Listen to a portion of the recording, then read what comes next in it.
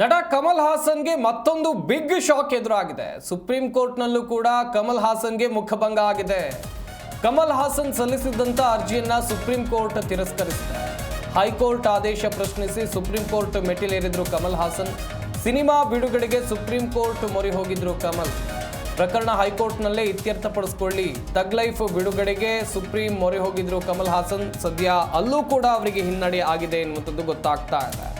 ಈ ಬೆಳವಣಿಗೆ ಎಲ್ಲಿಂದ ಆಯಿತು ಅಂತ ಹೇಳಿದ್ರೆ, ತಮಿಳು ಭಾಷೆಯಿಂದ ಕನ್ನಡ ಹುಟ್ಟಿಕೊಳ್ತು ಎನ್ನುವುದಾಗಿ ಕಮಲ್ ಹಾಸನ್ ಹೇಳಿಕೆಯನ್ನು ಕೊಟ್ಟರು. ದೊಡ್ಡ ಮಟ್ಟದಲ್ಲಿ ವಿರೋಧ ಕರ್ನಾಟಕದಲ್ಲಿ ವ್ಯಕ್ತವಾಯಿತು. ಕಮಲ್ ಹಾಸನ್ ಸಿನಿಮಾ ತಗ್ ಲೈಫ್ ಯಾವುದೇ ಕಾರಣಕ್ಕೂ ಕರ್ನಾಟಕದಲ್ಲಿ ಬಿಡುಗಡೆ ಆಗಬಾರ್ದು, ಬಿಡುಗಡೆ ಮಾಡೋದಕ್ಕೆ ನಾವು ಬಿಡೋದಿಲ್ಲ, ಒಂದು ವೇಳೆ ಬಿಡುಗಡೆ ಆದರೆ ಚಿತ್ರಮಂದಿರಕ್ಕೆ ನುಗ್ಗುತ್ತೀವಿ ಎನ್ನುವುದಾಗಿ ಕನ್ನಡಿಗರು ಎಚ್ಚರಿಕೆಯನ್ನು ಕೊಟ್ಟರು. ಇದನ್ನು ಪ್ರಶ್ನಿಸಿ ಹೈಕೋರ್ಟ್ ಮೊರೆ ಹೋಗ್ತಾರೆ ಕಮಲ್ ಹಾಸನ್.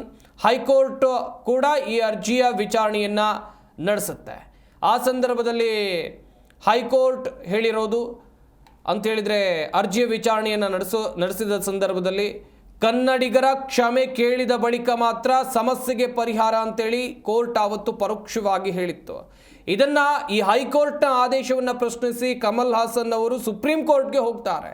ಸುಪ್ರೀಂ ಕೋರ್ಟ್ನಲ್ಲೂ ಕೂಡ ಅವರಿಗೆ ಹಿನ್ನಡೆಯಾಗಿದೆ. ಸುಪ್ರೀಂ ಕೋರ್ಟ್ ಈಗ ಹೇಳಿರೋದು ಏನು ಅಂತ ಹೇಳಿದರೆ, ನಿಮ್ಮ ಸಮಸ್ಯೆಯನ್ನು ಅಥವಾ ನಿಮ್ಮ ಏನು ಸಮಸ್ಯೆ ಏನಿದೆ ಹೈಕೋರ್ಟ್ ಇಲ್ಲೇ ಬಗೆಹರಿಸ್ಕೊಳ್ಳಿ ಎನ್ನುವುದಾಗಿ ಈಗ ಕೋರ್ಟ್ ಆದೇಶವನ್ನು ಹೊರಡಿಸಿದೆ.